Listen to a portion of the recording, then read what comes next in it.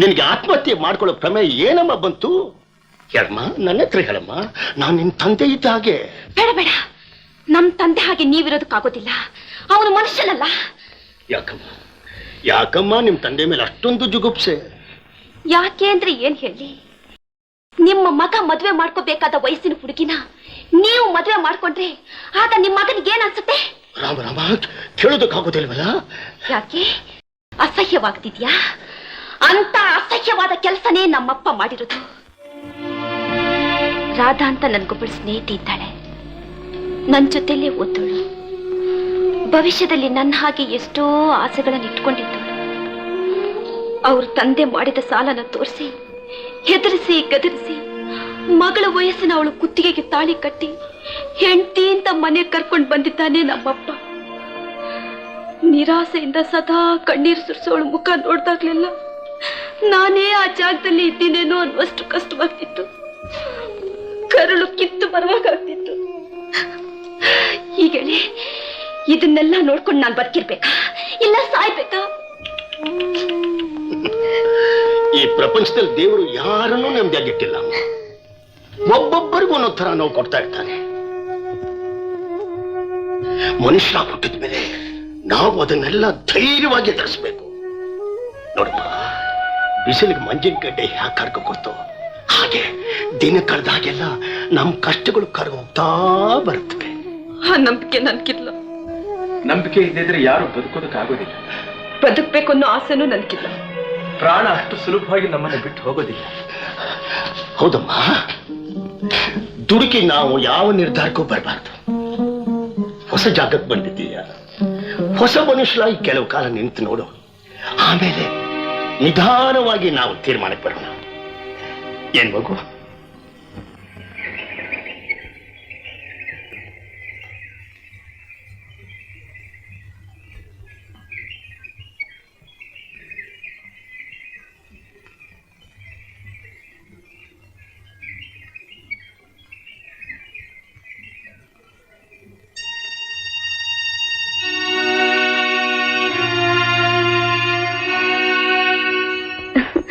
Good morning.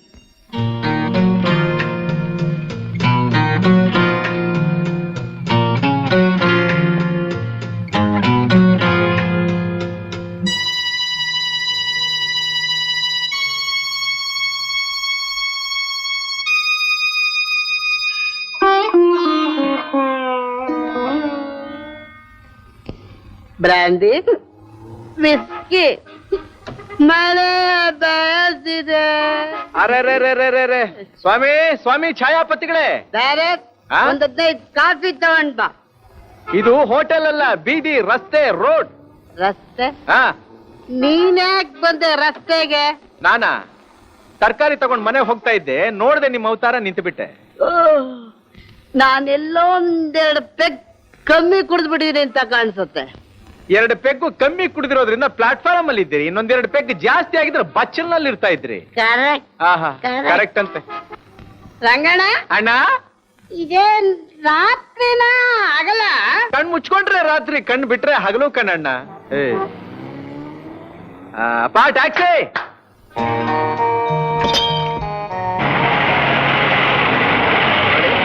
ಇದೇ road ನಲ್ಲಿ ನೆಟ್ಟು ಹೋದ್ರೆ ಇವ್ರ ಮನೆ ಲಾಸ್ಟ್ ನಲ್ಲಿ ರೈಟ್ ನಲ್ಲಿ ಇರೋದು, ನಂಬರ್ 18. ಸ್ವಲ್ಪ ದಯವಿಟ್ಟು ಇವ್ನಲ್ಲಿ ಬಿಟ್ಬಿಡ್ತೀರಾ? ಬಿಟ್ಬಿಡಿ. ಕರ್ಕೊಂಡು ಸ್ವಾಮಿ ಛಾಯಾಪತಿಗಳೇ, ದಯಮಾಡಿಸಿ. ಹೇಳಿ ಸ್ವಾಮಿ. ನೋಡು, ಅವನ್ಗೆ ಜ್ಞಾನ ನೆಟ್ಟಿಗಿಲ್ಲ, ಹೊಟ್ಟೆ ಬರ್ತಿ ಕುಡಿದು ಬಿಟ್ಟಿದ್ದಾನೆ. ನಾನ್ ಹೇಳ್ತೀನಿ, ನೆಟ್ಟಿ ಹೋಟ್ಲಿಗೆ ನಡಿ. ಯಾವ ಹೋಟ್ಲಿಗೆ? ನಂಗೆಲ್ಲ ಗೊತ್ತಿದೆ, ನಡಿಯೋ.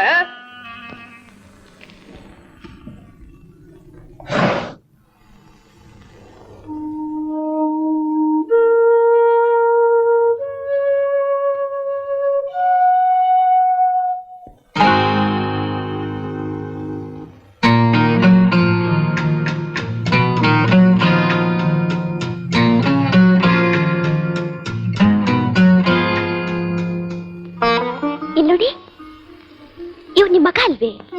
ಹೌದಮ್ಮ. ಡಿಗ್ರಿ ತಗೊಂಡಿದ್ದಾರಾ? BA ಪಾಸ್ ಮಾಡಿದಾನಮ್ಮ. ಏನು, BA ಪಾಸ್ ಮಾಡಿದಾರಾ? ಅಷ್ಟೇ ಅಲ್ಲ, ಕವಿತೆಗಳು ಕಟ್ತಾನೆ, ಕಥೆಗಳನ್ನೂ ಬರೀತಾನೆ.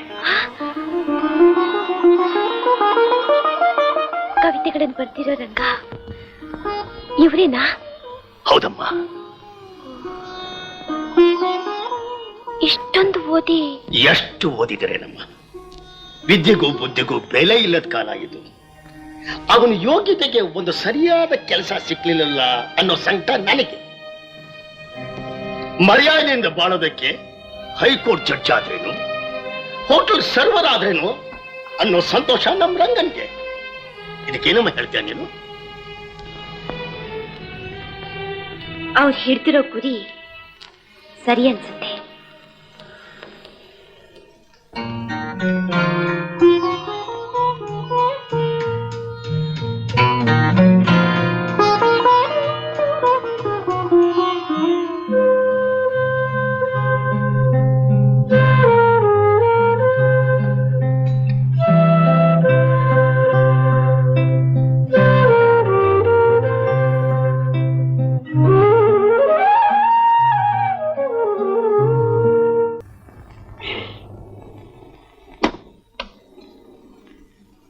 ಹಲೋ, ಮಿಸ್ ಲಿಲ್ಲಿ ರೂಮ್ ಕೊಡಿ. ಹಲೋ ಡಾರ್ಲಿಂಗ್, ನಾನು ಛಾಯಾಪತಿ. ನಿಂಗೋಸ್ಕರ ಎಷ್ಟೊತ್ತಿನ ವೈಟ್ ಮಾಡ್ತಾ ಇದೀನಿ. Come on darling, quick. I am sorry, I am very busy. Busy ಅಂತ ಬಿಸಿ, ಬ್ಲಡಿ ಗರ್ಲ್.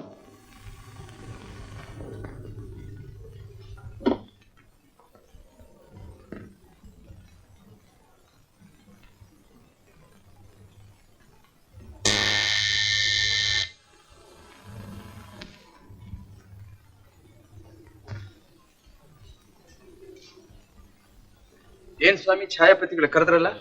ಯಾರದು? ನಾನೇ, ಬೇರೆ. ಓ, ಬೇರೆ ಬೇರೆ. ಈಗ ನನಗ್ ಬೇಕು. ಏನ್ ಬೇಕು? ಒಂದ್ ಹಕ್ಕಿ ಬೇಕು. ಏನ್ ನನ್ ಕೇಳ್ತಾ ಇದ್ದೀರಾ? ಹೌದು ಕಣಮ್ಮ, ನಿನ್ಗೆ ಕೇಳ್ತಾ ಇರೋದು. ಸ್ವಲ್ಪ ಈ ಕಡೆ ತಿರುಗ್ರಿ, ನನ್ ಮುಖ ನೋಡ್ರಿ. ನನ್ ವಿಷಯ ಗೊತ್ತಿದ್ದು ಹೇಳ್ತಾ ಇದ್ದೀರಿ ಈ ಮಾತನ್ನ. ಹೌದು ಕಣಮ್ಮ, ನಿನ್ಗೆ ಕೇಳ್ತಾ ಇರೋದು. ಈಗ ನನಗ್ ಒಂದ್ ಹಕ್ಕಿ ಇಲ್ದೇ ಇದ್ರೆ ಈ ಉಮ್ಮರ್ ಕೈಯಂ ಸತ್ತೇ ಹೋಗ್ತಾನೆ.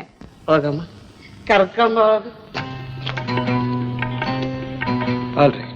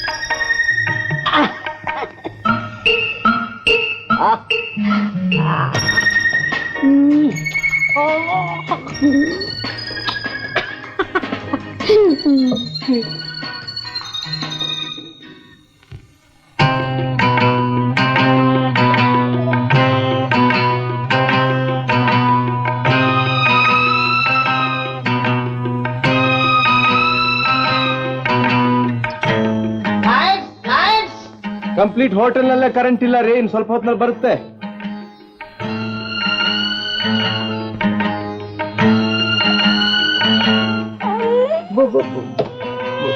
ಯಾರದು?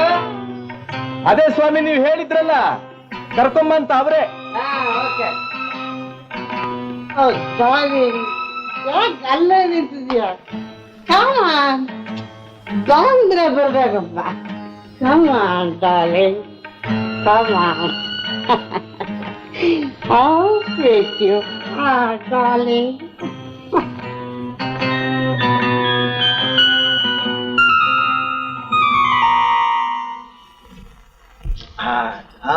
Good good. ಇದೆಲ್ಲ ಗೊತ್ತೀಯಾ? ತುಮ್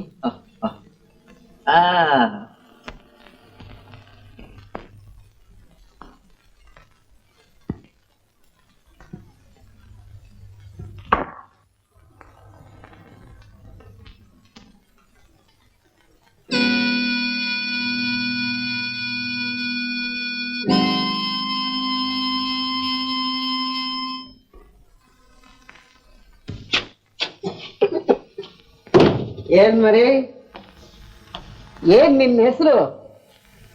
ಎಲ್ಲಿ ಇರೋದು? ಯಾಕೆ ಹೇಳ್ತಾ ಇದ್ಯಾ? ಯಾಕಮ್ಮ ಯಾಕೆ ಹೇಳ್ತಾ ಇದ್ದಿ?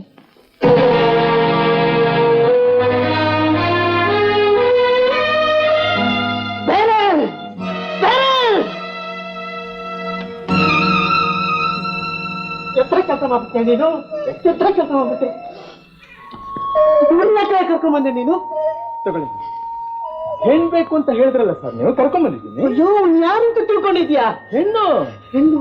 ಅವಳು ಅವಳು ನನ್ನ ಹೆಂಡತಿ ಕಣಯ್ಯ. ಓಹೋ, ನಿಮಗೂ ಒಬ್ಳು ಹೆಂಡತಿ ಇದ್ದಾಳೆ ಅನ್ನೋದು ಇವತ್ತು ಗೊತ್ತಾಯ್ತಾ? ಈಗ ನೀ ಮಾಡ್ತಿರೋ ಅನ್ಯಾಯಕ್ಕೆ ಯಾರು ಅನ್ಯಾಯ ಮಾಡ್ತಾ ಇರೋರು? ನೀವ ನಾನ?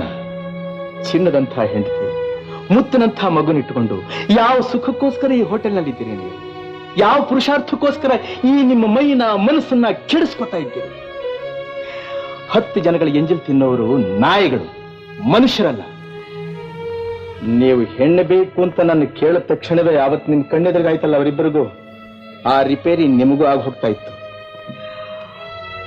ಆ ತಾಯಿ ಕಣ್ಣೀರಿಗೋಸ್ಕರ ನಾನು ಆ ಕೋಪನ ತಡ್ಕೊಂಡೆ. ಛಾಯಾಪತಿಗಳೇ, ಛಾಯಾಪತಿಗಳೇ, ತಾಯಿ ಸುಖ ಕಂಡವನಲ್ಲ ನಾನು. ಅಕ್ಕ ತಂಗಿ ನನಗಿಲ್ಲ. ನಮ್ಮನೆಗೆ ಹೋಗ್ಬೇಕಾದ್ರೆ ನಿಮ್ಮನೆ ದಾರಿನಲ್ಲೇ ಹೋಗ್ಬೇಕು. ಒಂದ್ ದಿವಸ ನೀವು ರೇಗ್ಕೊಂಡು ಮನೆಯಿಂದ ಹೊರಗಡೆ ಬರ್ತಾ ಇದ್ದೀರಿ. ಈ ತಾಯಿ ಮನೆ ಬಾಗಿಲಿನಲ್ಲಿ ನಿಂತ್ಕೊಂಡು ಕಣ್ಣೀರು ಹಾಕ್ತಾ ಇದ್ರಿ. ನನಗೆ ಗೊತ್ತಿತ್ತಲ್ಲ ನಿಮ್ ಕಲ್ಯಾಣ ಗುಣ. ಅವ್ರ ಕಣ್ಣೀರು ಕಾರಣ ಇಂಥದ್ದೇ ಅಂತ ನಾನು ಅರ್ಥ ಮಾಡ್ಕೊಂಡೆ. ಈ ಒಂದು ಒಳ್ಳೆ ಅವಕಾಶಕ್ಕೋಸ್ಕರ ಆವತ್ತಿನಿಂದನೂ ಕಾಯ್ತಾ ಇದ್ದೆ. ನೋಡಿ, ಈ ನಿಮ್ಮ ಹೇಸಿಗೆಟ್ಟತನ ಎಲ್ಲ ಬಿಟ್ಟು ಗಂಡ ಹೆಂಡತಿರಿಬ್ರು ಅನ್ಯೋನ್ಯವಾಗಿರೋ ಹಾಗಿದ್ದರೆ ಇವತ್ತು ನಾನು ಮಾಡಿದ ತಪ್ಪಿಗೆ ನೀವು ಯಾವ ಶಿಕ್ಷೆ ಬೇಕಾದ್ರೂ ನನಗೆ ಕೊಡಬಹುದು.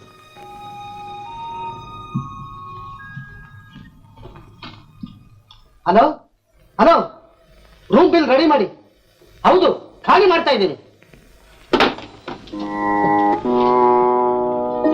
ನಿನಗೆ ಕೊಡ್ತಾ ಇರೋ ಶಿಕ್ಷೆ, ನಾನು, ನನ್ನ ಹೆಂಡತಿ, ನನ್ನ ಮಗು.